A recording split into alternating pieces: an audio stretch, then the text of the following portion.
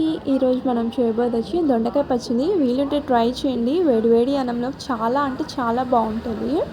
ముందుగా మనం దొండకాయలు తీసుకొని వాష్ చేసుకొని సాల్ట్ వాటర్తో పక్కన పెట్టేసుకోండి. దొండకాయలు అన్నిటినీ కూడా పొడుగు ముక్కలుగా కట్ చేసుకోండి. ఆయిల్లో త్వరగా మగ్గిపోతుంది.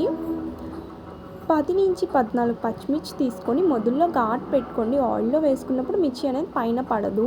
తాలింపు గింజలు, ఆవాలు, జీలకర్ర, పచ్చిపప్పు, మినపగుళ్ళు, పసుపు.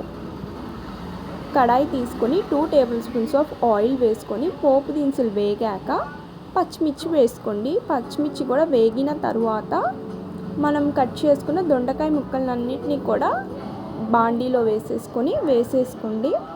ఒక 10 మినిట్స్ వరకు అటు ఇటు తిప్పుతూ ఉండండి. మూత పెట్టుకోండి. త్వరగా వేగిపోతుంది దొండకాయ అనేది. చూసారు కదండి, వీడియోలో చూపిస్తున్నట్టుగా వేగిన తర్వాత 5-6 వెల్లుల్లి వేసుకొని వేగించుకోండి.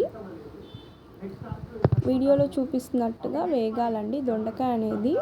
తర్వాత సాల్ట్, చింతపండు, ఒక ఆనియన్ కట్ చేసుకొని అన్నీ కూడా మిక్సీ పట్టేసుకోండి. వీలుంటే గ్రైండ్ చేసుకోండి. రోల్లో రుబ్బుకొని చాలా బాగుంటుంది. చూసారు కదండి, దొండకాయ పచ్చడి రెడీ. Thank you. సబ్స్క్రైబ్.